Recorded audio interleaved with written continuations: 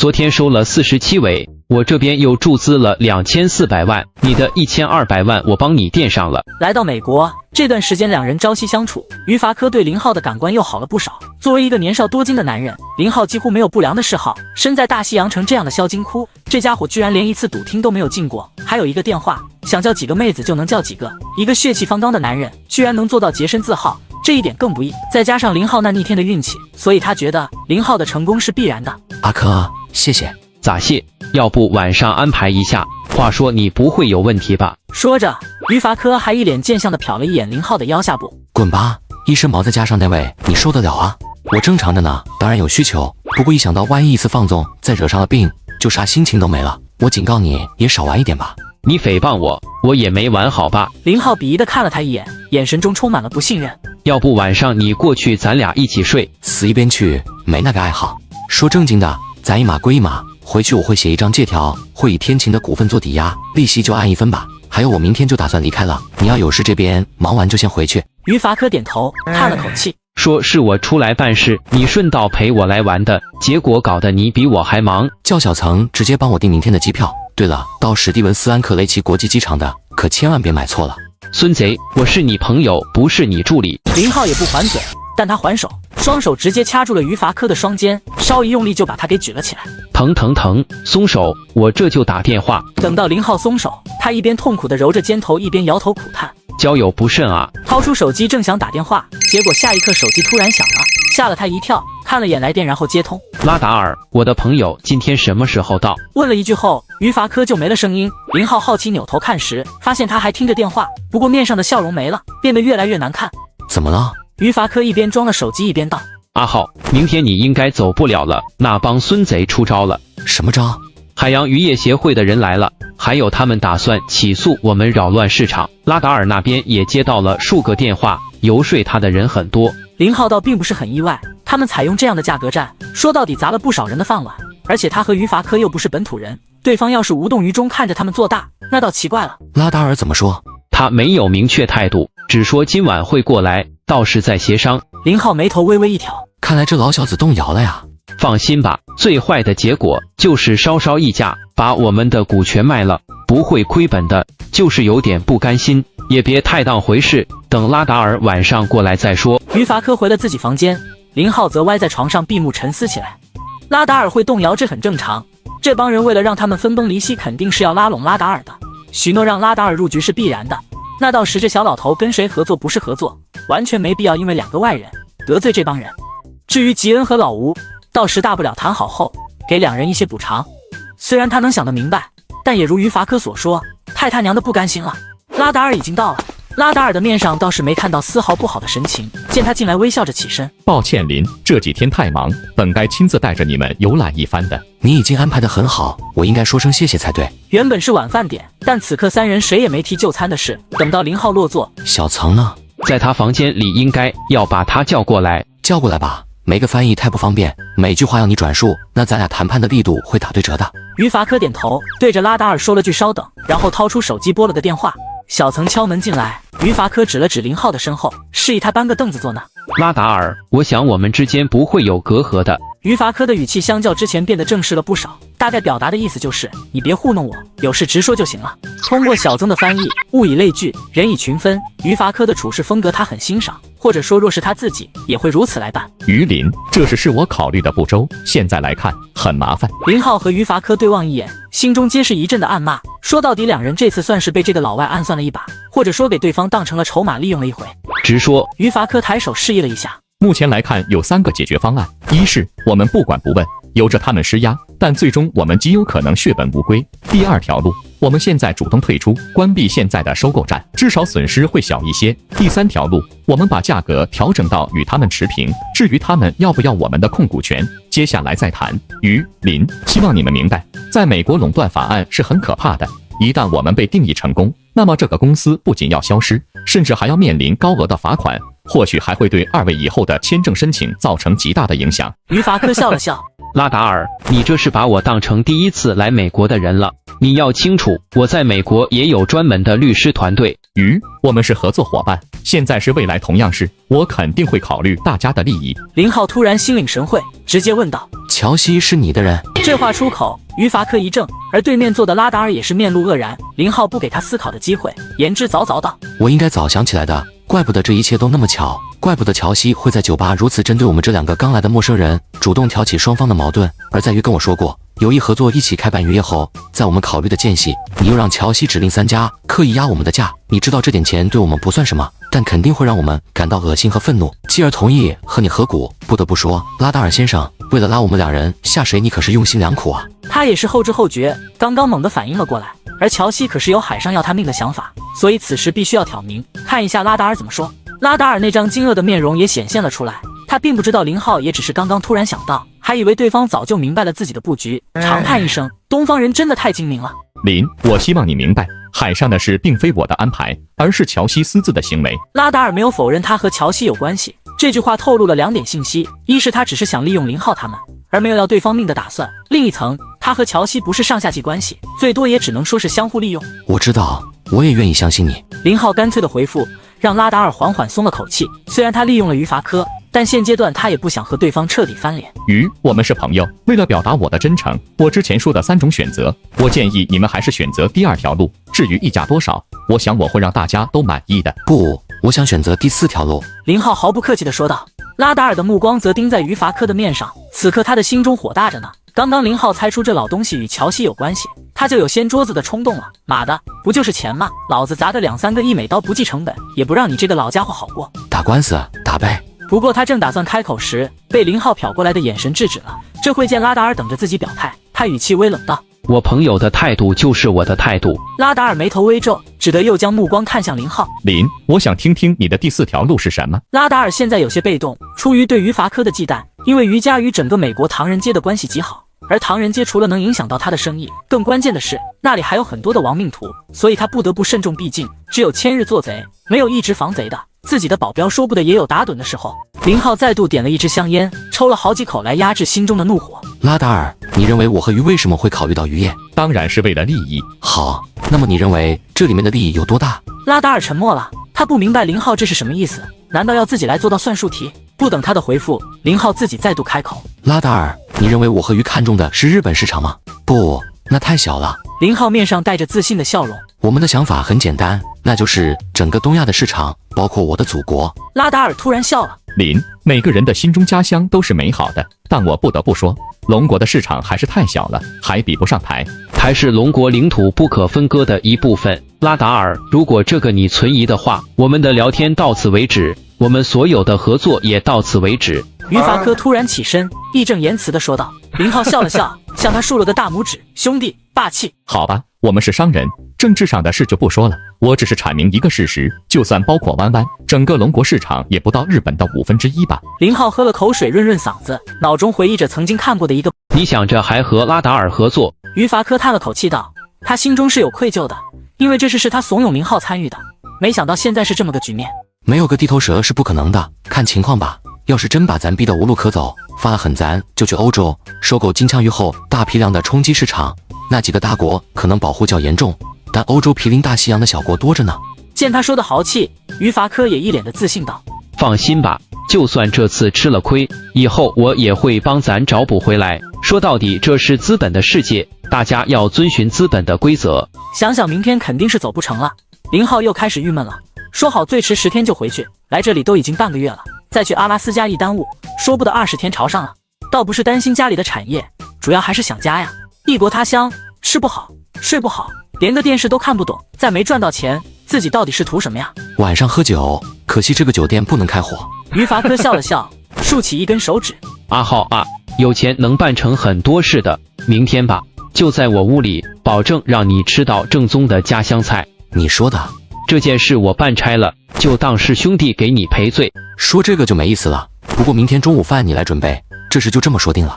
林浩回屋之后，于伐科看了眼时间，这才道：“小曾打电话给雅怡，问他纽约附近有没有咱的人，找一个南方厨子。不，我自己来打吧，你去告诉酒店，我需要借用他们一套除灶半天，费用你跟他们谈。”小曾答应一声，便出去安排了。于伐科掏出手机，连着拨打了几个电话。这才放下手机发起了呆。乔西，你个蠢货，我们是生意人，你为什么会采用那么愚蠢的方法？同一个酒店，不同楼层的房间里，拉达尔一改昨天的稳重，一脸愤怒地骂道：“因为这货的愚蠢做法，导致他现在跟于法科的谈判变得非常被动。”拉达尔，搞清楚，我们只是合作关系，是你想进入这一领域，可不是我求着你进来的。况且他们赢了我300万美刀，你也不给我支付这笔钱。拉达尔叹了口气，乔西就是个疯子，根本不是一个好的合作伙伴。但对方有一句话没说错，现在还依托对方跟渔业协会的人谈判，压下心头之火。乔西，我们是生意人。对呀，所以要为了利益不择手段，哈哈。那个跟你对赌何林说过，如果我们这边真的这么绝，他就会从欧洲的一些国家进口金枪鱼，然后来冲击整个东亚市场。哈哈哈，这话你也信？没有利益难道只是为了一口气？那你打算溢价多少？前期投入1000万，追加4000万，就按5000万的估值，我打算溢价1倍。你疯了？为什么溢价这么高？我不同意。拉达尔，反正他们已经猜到了我俩的身份，不妨一起到赌场碰一面。你想干什么？别紧张伙计，我只是去和他们见一面而已。看来他们很喜欢赌，不是吗？林浩和于法科来的是位于城中左侧的泰姬玛哈尔赌场，算是大西洋城目前为止最大的赌场，从外到内居然带着一股子咖喱风格，也是奇了。刚进门就有一个美女服务员迎了上来，用一口还算地道的中文笑着道：“欢迎于先生、林先生光临，我是兰妮，有什么需求都可以找我。”林浩瞪着眼看着于法科，后者摆手：“不是我提前安排的，应该是赌场早就得到了我俩来的消息。他们会注意这些？别小看了他们的能力，每个住在酒店的外来人，估计他们都摸得七七八八了。不仅这里，你去咱国内奥城也是这样。”于法科见林浩没再纠结这些，而是眼神打量四周，再度开口：“玩什么？老虎机？”于法科面上抽了抽，心说：“大哥，咱玩点高级的程不？要不我俩坐一桌台，玩21点或者梭哈。”那玩意没意思啊！美女，给我换点币子。兰妮倒没有因为他玩的小而白脸，依旧微笑带着他来到了换币处，帮着换了5000美刀的硬币。于法科无奈，也跟着换了。等到被带到机子旁时，于法科又掏出一张钞票递给了兰妮，算是小费。这就是他们的主要收入来源。你问我，我问谁去？反正大家都这样，不给就显得小气。林浩轻切一声，这就是恶习，一个个死要面子的人架秧子呢。心中这么想着，他手伸进了于法科的包里，掏出一张面值100的美刀，递给了兰妮。好吧，他也是一个有虚荣心的，看看美女笑得多开心，还有点卑微，100块好像也值了。你给小费，凭什么要用我的钱？阿珂，有些事吧，不能太较真。你看我就不较真。废话，那是我的钱。兰妮能感觉到这两人的关系很好，看似是在吵架，实则只是好友之间的打趣罢了。这玩意是靠几率的，毫无技术可言。于法科一边塞着币，一边吐槽着：“多好，连脑子都不用动。”塞币的口子是在机子的右上方，坐下之后就要举左手才能塞进去，举得久了自然有点累。这不科学，应该是那种上分的才好。于法科懒得理他，将手中的币子塞进去一小半，然后就开始压。这个算是比较小的玩法，所以半个小时，两人也才输了一半的样子。林浩玩得正过瘾，突然感觉旁边好像站了人，他本没在意，结果发现站的人还没走，便抬头看了眼。林先生还真是好雅兴。乔西微笑说着，目光中带着鄙夷，似乎很看不上两人居然在玩老虎机。林浩笑了笑，也没起身，大概能明白对方的意思，便回道：“你个日地八蛋，怎么也在这？”乔西自然是听不懂，还以为林浩在问好呢。林浩没再管乔西，包括他身后站着的拉达尔，接着开始投币，还就不信了，自己就不能中一回。看来二位也很喜欢赌啊，要不要我们也赌一把？乔西见林浩不理他，便把目光投向了于法科。拉达尔，这是你的意思？于法科同样无视了他，问向其身后的拉达尔：“你不妨先听听乔西的建议。”于法科这才将目光投向乔西，意思是你可以说了。明晚就在住的酒店里，双方对赌，若是你们输了，便放弃渔业的生意。我说的是，除了贵国国内，全部放弃，怎么样？于法科不置可否，毕竟涉足渔业真的是适逢其会，并不是他的主业。他更好奇对方想下什么注。如果我们赢了呢？目前你们组建的公司顶多值2000万，你和林占60%，也就是1200万，我出1200万的现金，输了归你们。于法科不怒反笑，不再搭理这货，看向拉达尔：“你准备的第4个选择呢？难道你不敢赌？也是，赚一点钱不容易的。”乔西，你的激将很低端，但你看人还是有眼光的，知道我就吃这一套。这样吧，公司目前为止全部投入5000万，再加上我这段时间的劳心劳力，作价8000万，我和林六成的股份价值4800万，你要赌就拿同等的金额来。至于不涉足国际渔业的保证，我也可以书面允诺，但要是你输了，你们要说服渔业协会不得再禁锢公司的发展。于伐科又看向拉达尔，伙计，怎么说我们还是合作伙伴，你是不是该出点力？拉达尔今晚难得的很沉默，再度长叹一声，依旧没有回复。鱼，你这是妄想。要赌是你提的，条件我开出来，你同意就赌，不同意那就接着对抗吧。告诉你背后的人，让他们安心。小本子市场我肯定会占有大头的，这是我给你们的保证。乔西双眼微眯，面色越发的阴沉，正想语出威胁，下一刻拉达尔开了口：乔西，我想我们该走了。乔西重重的哼了一声，正待转身，又听于伐科道：软蛋，赚点钱不容易，还是回家当鸵鸟吧。鱼，你不要太过分。乔西，我只是把你的话回敬给你。对了，海上的账我可一直记着呢。听他提到海上的事，乔西不知想到了什么，面上突然邪魅一笑，接着在拉达尔半拉半拽下离开了。等人走后，于伐科将事情给说了，林浩也没当一回事。这货不会狗急跳墙吧？在丹尼斯他也只敢在海上有动作，在这里他更不敢了。放心吧，边上也有我的人。见林浩又在投币，他有些不耐烦了。不玩这个，手太累，走玩扑克去。这下不再征求林浩的意见，而是直接上手拉。别介啊，我这里面还有分呢，这把跑完。说完，将剩下130多分全下了。一拉摇杆后，他便站起了身，打算走。突然，老虎机传来了一阵音乐，边上四周的彩灯同时亮起。下一刻，只听得哗哗的吐币声。卧槽，你压真中了！于伐科都震惊了。倒不是说林浩中了多少钱，关键这个概率非常低，这运气没谁了呀。兰妮，帮着减一下，我们先去玩扑克。132分，中的是顶格5000倍，就是66万分，也就是66万美刀。说起来也没多少钱，帮着兰妮一起收拾，还让林浩放心，该多少对多少。先生是兑成筹码还是支票？直接支票吧。林浩回了一句，便陪着早已经不耐烦的于伐科来到了扑克区，上了21点的台子。7点钟，林浩挠着头跟着于伐科走出了赌场。把别人当肥羊，玩了1个小时后，发现输的是自己。一个下午你赢了130多万，还是因为注的小下的多，你爬1000万都赢了。我说阿浩，就这运气，你做啥生意啊？于伐科相当郁闷，他1个下午可是输了30万呢，钱不多，但就怕对比啊。也就今天运气好，真以为我是赌神啊！以后咱还是尽量少玩吧。对了，我看那个叫兰妮的塞了个东西给你，是什么？于伐科面上的笑容玩味起来，不提林浩都忘了，从口袋里掏出一个纸片看了眼，然后便随手扔了。电话号码，哎，我这该死的魅力啊！不是你的魅力，是金钱的魅力。行吧，算你说的对。晚上吃什么？哦对，你赢了钱得请客，就在酒店吧，搞个鲍鱼套餐，再弄个双龙出海。所谓的双龙出海，也就是一个盘子里装2只龙虾罢了。听到海字，林浩又开始想家了，想老爹，想大哥，想淼淼，当然还想自己的老婆。真不干了，老吴那边怎么搞？于伐科喝着从老吴那买的酒，想起对方便问了句：还能怎么着？惊扰了别人的生活，给了别人念想，结果又打回了原形。看吧，到时不行，多给点补助。如果这里离硅谷近的话，他倒是有法子，总能给老吴找个合适的工作，但这离得太远了。吃到一半，于伐科的电话响了，接通片刻后挂断道：今天不错，收了70多尾鱼，总数来到了180多尾。今天这么多？除了丹尼斯，今天还有伯特姆和斯通港过来卖鱼的渔船。小曾告诉我，吉安说了，明天可能会更多，还有维勒斯、特莱特等地也联系好了。林浩微微一笑，这会加快那帮人针对我们的速度啊，不然整个新泽州的钓船很快就能被我们全吃下。放心，他们不敢玩阴的。乔西那次是在海上，也算是个意外，不过我不会放过他的。林浩多少知道点，于伐科好像找人对付了乔西，但具体找的谁，用的什么法子，他就没有细问了。两人将要吃完时，餐桌边来了2个不速之客，与下午在老虎机边一样。乔西和拉达尔又一次突兀的出现了。